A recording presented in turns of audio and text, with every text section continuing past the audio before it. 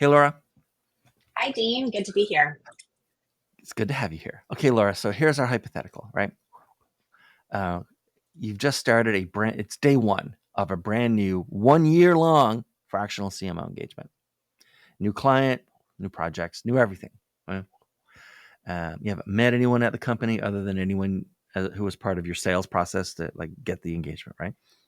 So, um, tell folks a little bit about you and then talk about what you normally find you're wading into when you start with a brand new client on a brand new engagement. Like, what do you normally kind of problems you look for, or issues you typically see, or things you try to do? So, a little bit about you, and then what do the first 90 days kind of look like from a fractional CMO's perspective?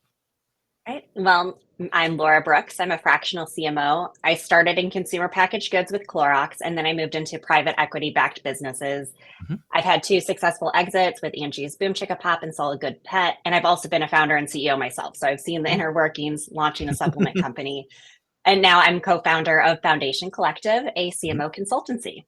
So, very first engagement, those 90 days, I'd say that is critical for prioritization and focus, both for the total company objectives as well as my area of responsibility.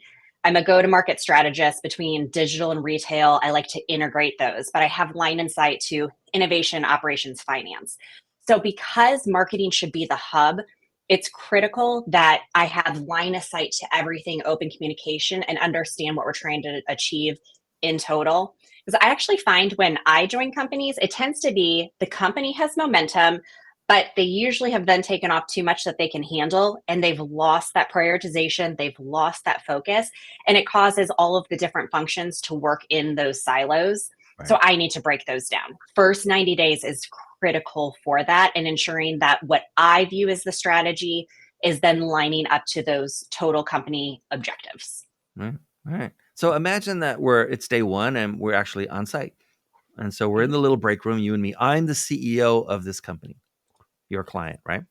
And I Mhm. say, hey, Laura, so like, we've had a marketing department for a while. There's been like supervision, there's been management, there's been no leadership of marketing, right? No one at the leadership level. You're the very first. And so, you've worked with a lot of companies, you've talked to a lot of CEOs. I want to like do right by this. So, what should I do or not do as CEO, or what should I stop doing as CEO to make sure that like we at the company get maximum value out of the next 12 months from you? Yes, there's three things that I Mm, always recommend CEO does day one. Day one. mhm. And, these seem like no brainers, but you'd be shocked at how often companies just jump right to onboarding. Here's Right. a deck about the company. It doesn't work well that way because then you're drinking from the fire hose, as we all say. But Yep. first, very first thing, first interaction, set those clear expectations in open communication. If it means that something was wrong before, or there was culturally not a fit, or strategically, or budget, or whatever it ends up being, be open and honest about it. Same thing if there's some precious gems that need to continue on, even if it's a vanity project, make sure that that CMO knows day one, here are the clear expectations, and here's the clear open communication. It's a two-way street, need that open communication. Number two, I always ask, integrate me into your leadership team. Even though I'm a fractional Mhm. resource, it is absolutely critical you treat me like I'm a full-time employee at that senior leadership level. I often find that CEOs think that they're going to bog down the CMO if they have access to the dashboards, or Right. they're on the daily sales report. It actually makes me less efficient if I don't have visibility. Mhm. If I have those visibilities, I'm in the day to day, I actually can get up to speed faster, prioritize, and do my job more efficiently. And then the third thing that I always ask is trust. Remember why you hired me. If it was for a specific area of expertise, or whether it was because you needed somebody white space thinking, how do we really drive this strategy? Make sure you trust that. Of course, you can have an opinion, but where I see that CMOs often start to fail is when they're not allowed to do the job that they're hired to do. The opinions start to come Right. in, and then it just creates this inefficiency, the lack of trust, the lack of communication, and it ends up making the total team more inefficient in the long run. All right. All right. So I'm still the CEO of this company. Okay. Mhm. and we're still talking. And I say, so Laura, um, like we have our marketing team. I'm looking at them right now on day one of you being here. I'm Yep. looking forward down the road 12 months to when this engagement ends, right? Uh, how's that team going to be ideally better, but how's it going to be different 12 months from now than it is right now on your day one, right? The mix of inside versus outside, Mhm. FTE versus contractor versus agency versus like, what they can do, how they approach things. Like, how are they going to be different 12 months from now when you're done versus today? Regardless if it's a project based or retainer Right. scope, I always think there's four things that I'm going to do to improve and leave you with. One is always going to be focus. You're going to hear me say this all the time, but it's so important. And this is where companies have the most trouble from a marketing perspective. So one, focus; two, clarity; three, unifying; and four, empowering. I truly believe that the CMO job, whether it's fractional or full time, is to block and tackle Right. because marketing is at the hub of everything that you do. This CMO, fractional or full time, we're setting the strategy, we're setting the focus efforts and the resources. Then we clarify by outlining those objectives and KPIs so the team knows when to lean in and when to pivot. We think holistically at that macro level for how cross functional initiatives will fit together. And then finally, we're going to bring that expertise so that the marketing team can effectively and efficiently execute. We're there to empower those teammates since we're not always the one that's physically executing everything. So my job is to make sure that my team is set up for success, whether I'm there or after my contract is over. So overall, introducing a fractional CMO is aimed to elevate marketing functions effectiveness and aligning it more closely with those total company's objectives. All right. So I'm going to stop being CEO. And Okay. now it's just you and me and the wall and Okay. approximately 8,000 people that are going to watch this thing, uh, according to the analytics. So just you and me and 8,000 strangers. We don't care about them. I'm going to just finish this sentence for me, fill in the blank. Okay. Many clients just don't understand. The need to let campaigns sit and optimize. Yeah. So many people, everybody thinks they're a marketer. Everyone has an opinion because we're all marketed too. So we can Mhm. say, "Oh, that ad really caught my attention," or "I've seen this tactic that works because it worked on me." And so the challenge with marketing is that you get so many of those different opinions, which causes shiny pennies like crazy. There's all Mhm. these distractions. I saw this cool thing on TikTok. I heard this new platform. What about opening up D2C here? This innovation, so many different things that can cause a distraction.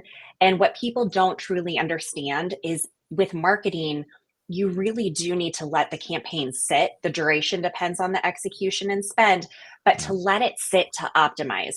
Algorithms are getting smarter by the day. They're constantly changing, which is a frustration and why you need somebody to come in for the strategy. But without allowing it to sit, you're going to be very inefficient and burn through your cash. So, what I like to say is that you should be measuring monthly, optimizing quarterly.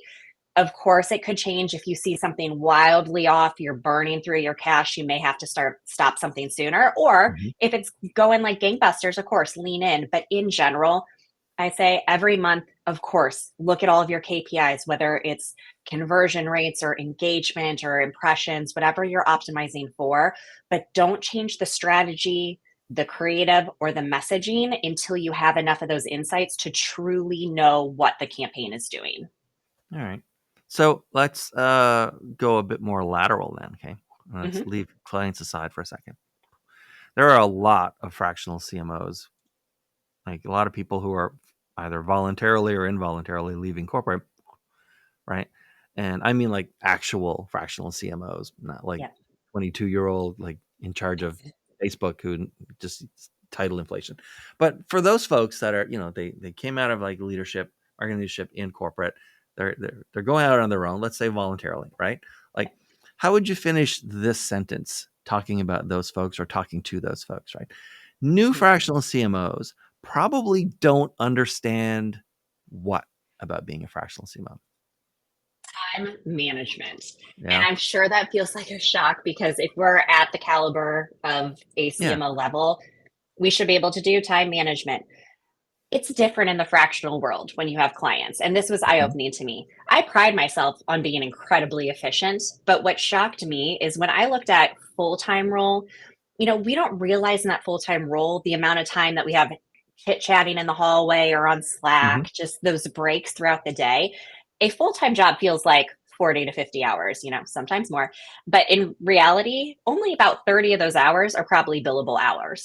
So when you're starting to look at your workload, you may only be able to take on about 25 to 30 billable hours because you need that extra time to do invoicing, to Yeah. find your own insurance, to balance your budget. And of course, you can outsource some of these things.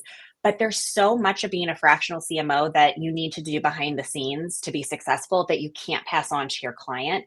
So it's very common of those luckily successful. So this is a good problem to have, but you take on too much because you don't realize how much you can really fit into a day, which is why I try my best whenever possible and encourage other fractional CMOs to do a project-based scope versus an hourly scope whenever Right. possible. It doesn't always work out. Sometimes you have to have those hourlies or at least those guardrails. But when you can price and scope based on the value you're providing versus the hours in seat, that automatically forces you to be efficient and better balance your schedule and understand what qualifies then as that billable versus that extra behind the scenes work. All right. That makes sense. Okay. So the economy has been kind of crazy for the last few years, Yes. and will probably be kind of crazy for the next year or two at least, right? Mhm. Um, as you're talking to companies, right? How's that sort of economic landscape affecting what they're doing with marketing, what they're spending, whether they're spending as much or more, right? Like what's Mhm. happening around marketing priorities and strategy given like the economy? Yeah, well, I'd say the first thing that's happening because of the economy is that companies are forced to look at their distribution model. Yeah. Many companies came out of COVID with a true D2C e-com only model, whether it's Mhm. really selling through their site or adding on an Amazon pure play combination. And that was the sexy thing to do of I have an e-com business. It's fast for me to get online and start to see things scale. However, now that it's a new normal, of course, we're seeing people go back to the store, and we're also seeing now the cost for advertising majorly go up, especially as we Mm. enter an election year Yeah. and holiday. All of these companies their advertising goes in, it makes the cost per click or these keywords or the CPMs, the cost per thousand impressions, it goes up. And now suddenly your acquisition cost, your CAC, maybe it was great $30 and now suddenly it's $100 and it doesn't pay out in the long run. So what companies are doing is they're realizing the power of brick and mortar. So they're starting to open up those stores. If they're doing it in the way that I always recommend of starting with a use case, being usually a regional chain, usually grocery, if your food and beverage is a great example, Mhm. to really go big in that one market, that allows you to then take your case study to open up more retailers. What that means for marketing is that it needs to be more concentrated. And instead of spreading yourselves too thin, I always recommend taking just a couple of tactics that are that full funnel awareness, the education, then the conversion. Don't forget about and making sure that you're filling that full funnel. You can't just do keyword searches. You can't just do shopper ads. You need to make sure that you're having that overall messaging of how your product fits into lifestyle. And so I'm Right. seeing the shift now because of those expensive things to just get that focus in, start looking at brick and mortar where you can actually get better reach in a way because you're on Mhm. that shelf and you're not the one driving the traffic, the retailer's driving the traffic. Right. So I mean, as a fractional CMO, and you know are in a collective, right, of other fractional Mhm. CMOs, and know lots of fractional CMOs. You know, has the process or the reality of finding clients changed over the last year, or do you think it's going to change in the next year? Like, is it just very static, or like, what kind of like innovation or changes are happening to find new clients? Yeah, great question. There are so many companies that are seeing the value of that fractional resource that I see the Hmm. pool growing, which is a great thing for fellow fractional CMOs out there. And the reason for this is that a lot of these small to mid sized companies, they're getting that proof of concept. They're seeing the product, they have product market fit. They're doing these tactics, but they're realizing that that overall strategy isn't there to get them to that next level. It can be too expensive to hire a CMO full time that has the experience Right. that you need. That's where that fractional resource comes in so well because they can come in, build the strategy, empower that team. The junior team continues to execute, report back into that CMO, and it's working really well. But where I see things, because now this fractional CMO base is growing, the definition of a fractional CMO, it's different for everybody. And so Yeah. that's the downside of the growth, is that a fractional CMO for one person may be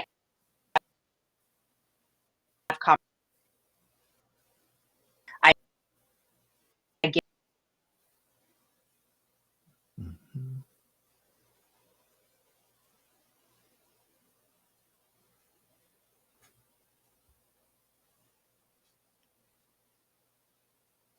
Hey, Laura, I don't. There you are. where I am. Any of that? You may want to answer that question again. I'll ask it again. Sure. Actually, we can. Well, I don't Yeah. know because you're feeding directly into the cloud and I'm feeding directly into the cloud. What I find is a lot of times it actually like captured fine, and so we can just move on. And if it came out good, then you'll see it on the clips, and you get to choose the clips, so you're fine, right? But I do have a question around um, some at any given time, especially in the crazy topsy turvy economy we're in right now. Some number of your clients or some percentage of your clients are like shrinking their marketing teams, and some of them are expanding their marketing teams, right? And so for the ones who are like looking to hire people, is this a good time to hire people? And is it easy to find great marketing people right now?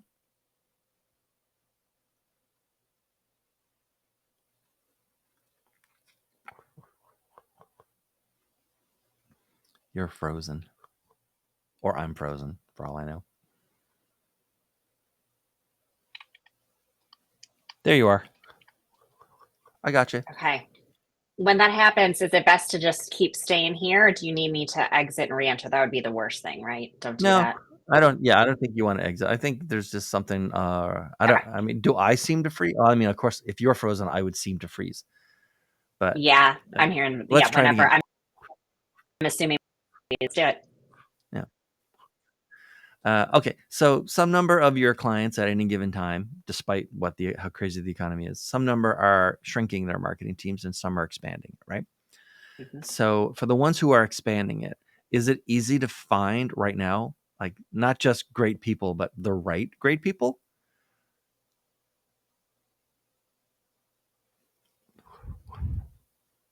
Oh, that's not good.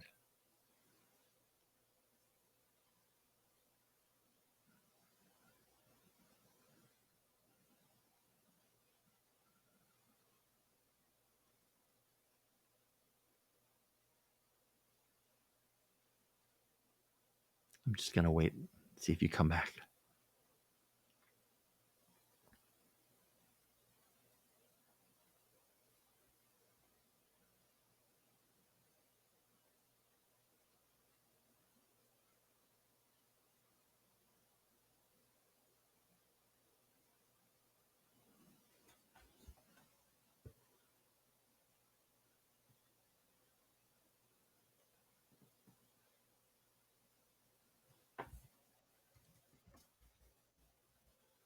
Okay, I have full bars too. I'm not sure what's There you happening. are.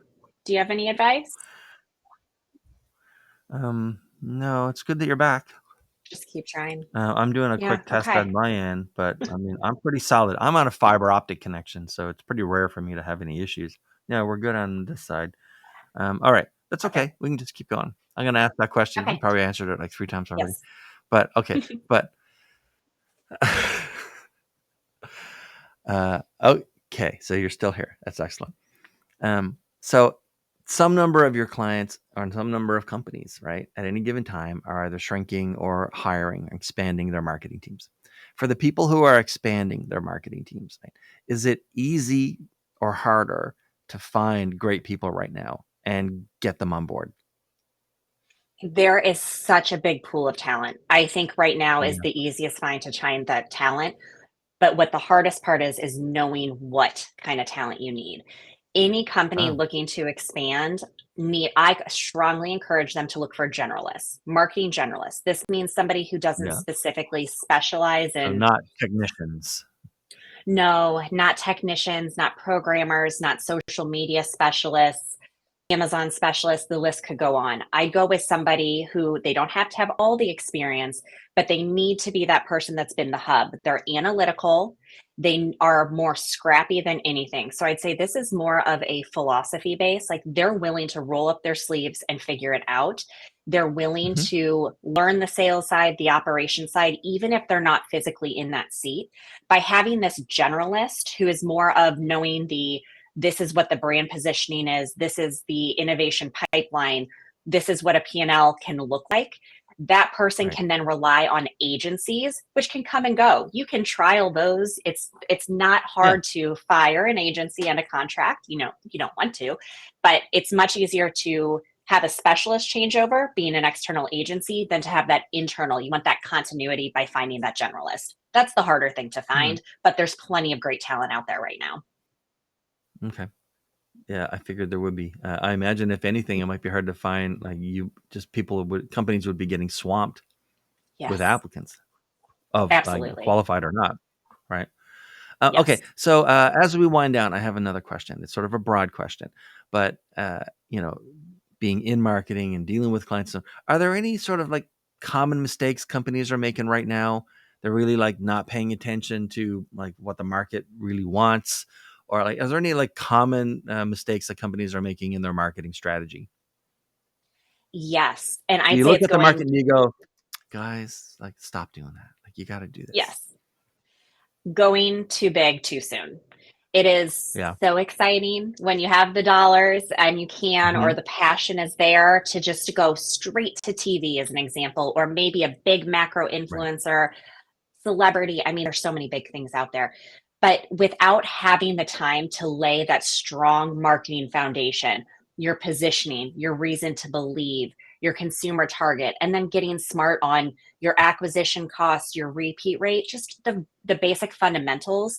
When you go too big too soon, all you're either going to waste those dollars, burn through cash because you didn't have Hmm. that strategy to Right. really push awareness to funnel, or maybe you learn something more about your packaging, messaging, and positioning that you're going to have to redo the creative in the next 3 to 6 months. So, the number one mistake I see with companies is they have the passion, they have the excitement, they go too big without taking the time to set that cohesive strategy first. All right. That makes sense. Okay, so we have to wind down. It's been great having you here. Who should be contacting you these days, and how should they do it? So my ideal client is a consumer packaged goods company. Let's say they're about Hmm. 10 to 50 million. They've done okay, maybe even better than okay Okay. with the tactics.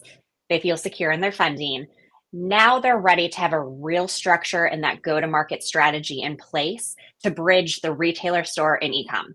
That's where I provide the most value. I help lay the marketing Okay. foundation so that the marketing teams can scale more efficiently, effectively. Best place to reach me is on LinkedIn. It's at Okay. LE Brooks. Find me at Laura Brooks, and I am part of Foundation Collective. All right. This has been great. I've learned a lot. Thank you very much for Really? this. Yeah, I thank you for like it having when me, I get Dean. interesting answers. I love the interesting answers. Those are the Good best episodes. conversation. Um, Yeah. yeah. All right. All right. So thanks, Laura, and thanks everyone for watching, and we'll see you next time.